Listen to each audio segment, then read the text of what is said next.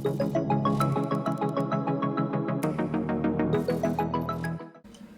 everyone and welcome back to my channel. Now in this episode we are going to be continuing on from our inventory system that we made in the last series, and let's just quickly recap of where we got up to. So if I just play as my client here in the map that we set up, and go over to one of these cubes that are set up as an item, press F, we can get that we managed to get one of those items in the inventory. If I press F again, it'll stack it on top of it, and if I press it again, it'll go into the next index. Now, this is all well and good. It's a good back end to the system, but in this addendum series, we're going to be going on from just simple back end stuff into the more UI stuff and how to improve it.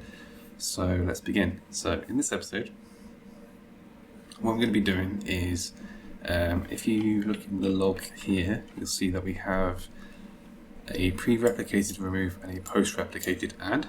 Now, this is going to be a bit of a problem when we come to do our UI and our event delegates, because, well, we want to be able to distinguish between when we're removing a slot for whatever reason, when we want to add more inventory space, i.e. a post-replicated add, or when we are trying to update a certain slot which we don't have yet.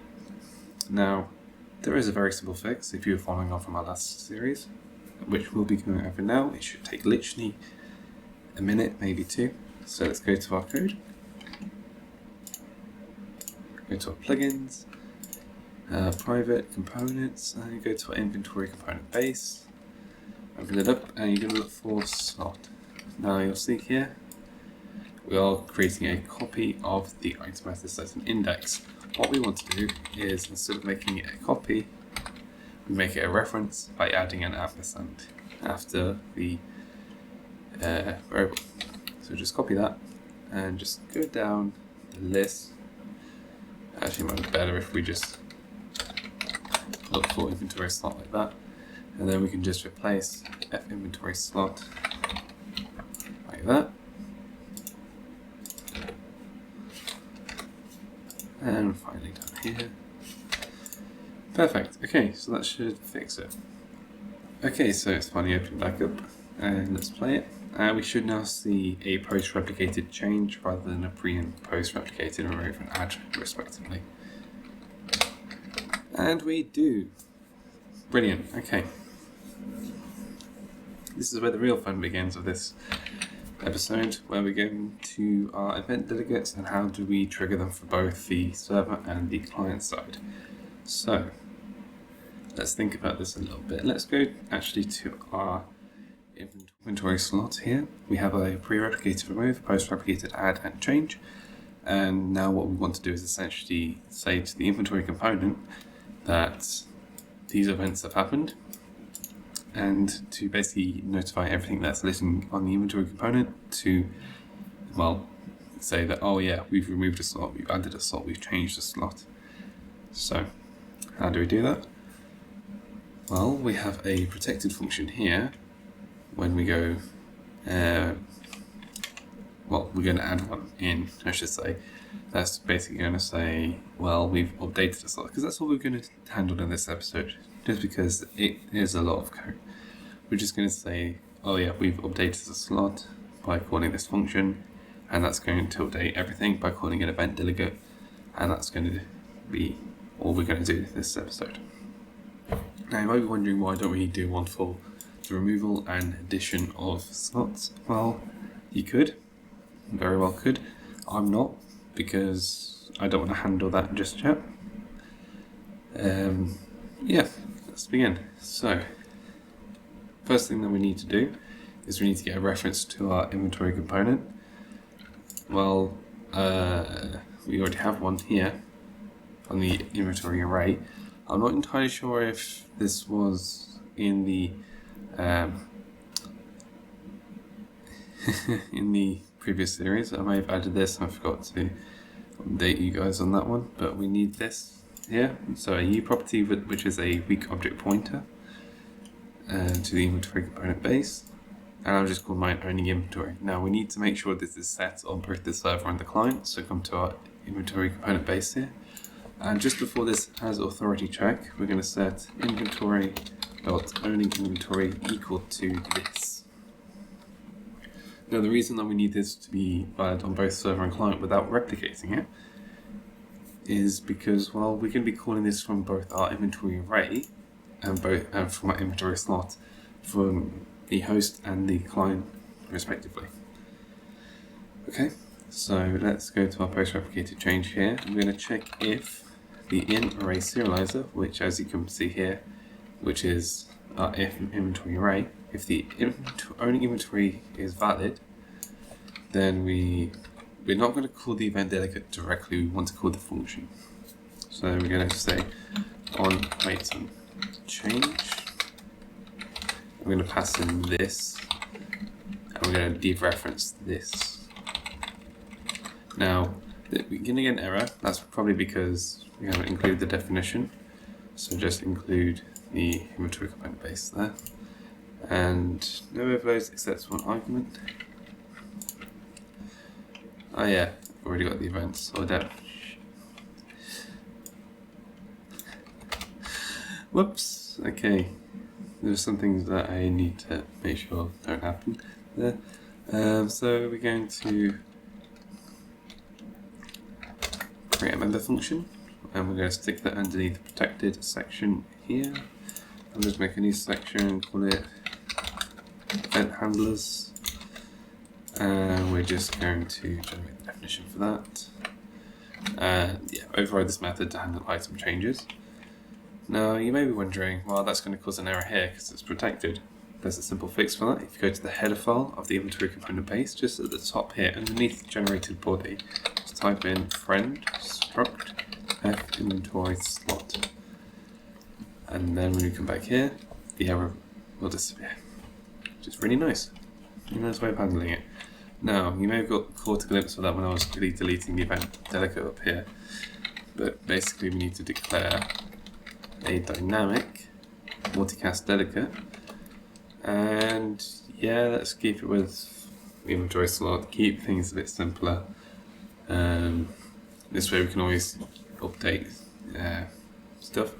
So we're going to rename it from on item change to inventory slot event, and that way we can keep it the same for when we're adding and removing stuff. Slots, I should say. So public key property, which is going to be blueprint assign all, and it's going to have that on item changed underscore delegate. I don't normally add the underscore delegate suffix, but I thought it might be appropriate here. So just copy the name of that, go to the definition, and broadcast it. And that is essentially it. This will be called when we replicate the change, and it will call it here, which will then broadcast the delegate. Now, here where it gets a little bit weird, or weirder, we need to be able to call this when we call it on the client here, sorry, on the server, rather, when we're adding items. Now you could just, well, attempt to add item, I believe it's here. When we come down to here, as setting the item here, and doing all this stuff, we could do it here like that. But we need to do that every time that we are setting the slot equal to something else and then marking it dirty, and it's just going to make it really messy. Alternatively, we could come up with our own method in the inventory array, which would mark the item dirty for us, set the slot for us, and call the function for us, and then we can just rewrite all of that and call one function that will handle it all for us. And that is exactly what we're going to do. So in your f inventory array, we're going to make a new void function, which is going to be mark inventory slot dirty. We're just going to take in the index. It's going to take in a f inventory slot reference. Sorry, it's not going to take an index, it's going to take a reference to an inventory slot, sorry. And yeah, that should be it. So now we need to pass in something that's going to set it for us. No, we'll leave that part out actually. Not going to make much sense, it's just going to make our life a bit harder. So, mark it dirty, and then what we're going to do is we're going to check if the owning inventory is valid, and then we're going to call on item change. Now we can't actually call it here because this is incomplete, but we cannot actually get rid of this forward declaration if you can avoid it. And this is going to be quite easy to avoid, so it's not really much worth the effort to. So let's make a new private library. So we'll just call it f inventory array.cpp. And we're just going to include libraries / inventory array. And let's just cut this, generate definition, and paste it in here. And now we can just include the definition, and there we go. Now we're going to get the same error, and we're going to resolve it in the exact same way, which is at the top here. Friend struct f inventory array, and there we go. Perfect. So last step here, just copy this here, and anytime they see mark item dirty, paste in mark inventory slot dirty. Now we can very easily do that. So mark item dirty. Now you could do a find and replace, but honestly I find this a lot more fun. There we go.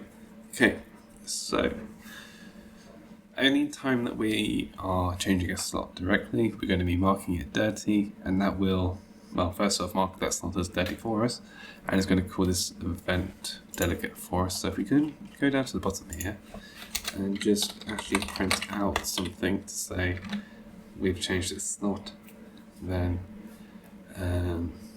we build it, and that should be it. We're going to go over one other thing very quickly, and it will be very quick, which is just basically a nice way to handle data validation, and that should round out the episode quite nicely. We're just going to verify that this has actually worked, then we'll get onto that.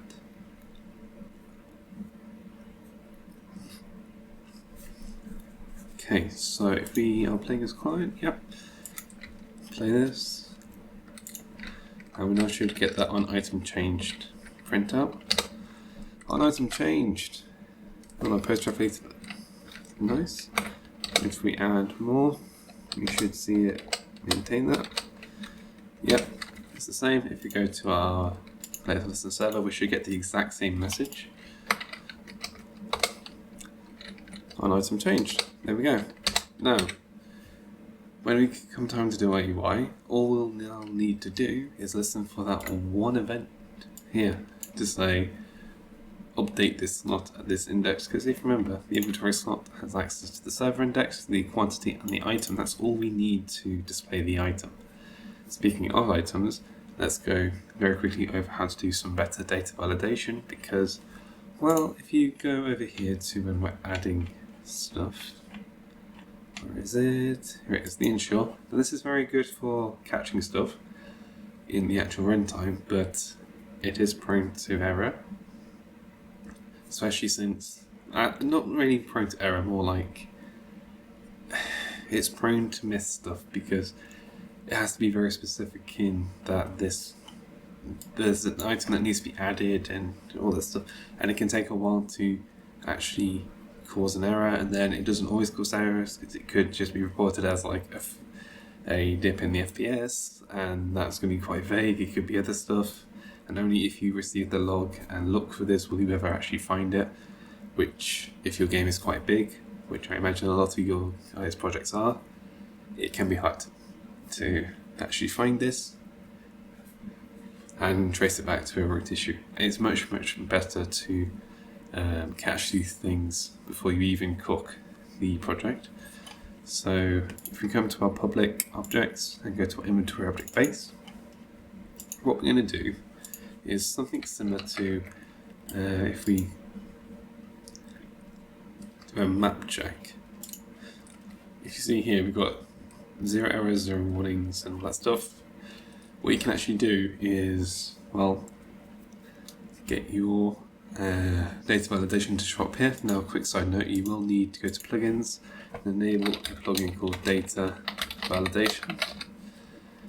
It should be enabled by default, but if not, just enable that. Come to your inventory object base, and we need to do this inside a preprocessor block or macro. So type in if with editor.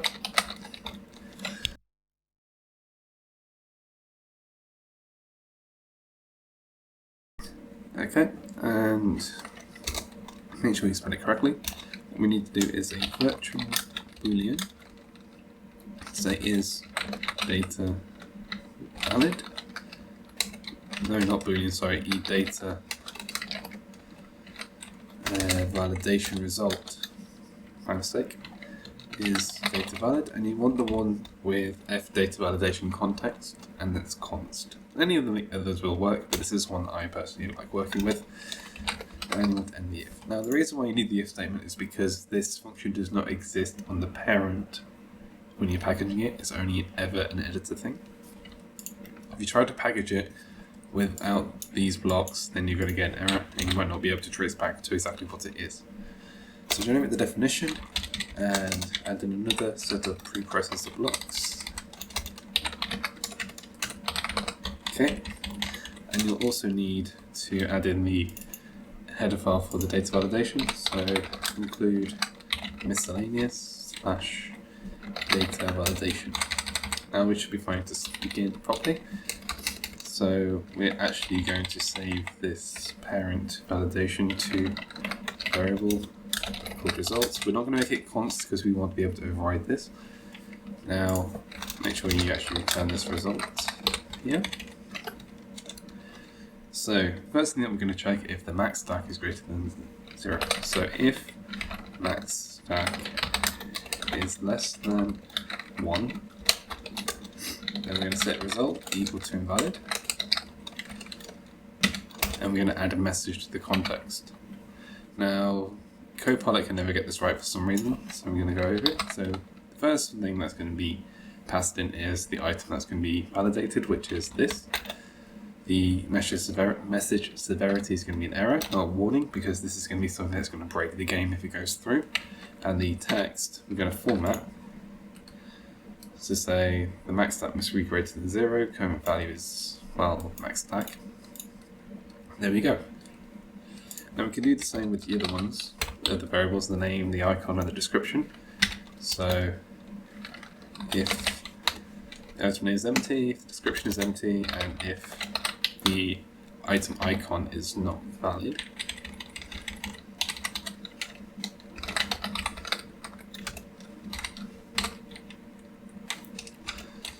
let's just leave it like that. Let's make these warnings though, because there might be some developer only things that you want here. So let's build this, and I can quickly show you what that will do. Okay, so it's finally loaded back up. Let's just go quickly to our new inventory object base, and let's try to save this. Now, as you can see, we've got no description, no name, no icon, and the max stack is less than 0. So we should get all 4 things popping up when we try to save this asset. And we do.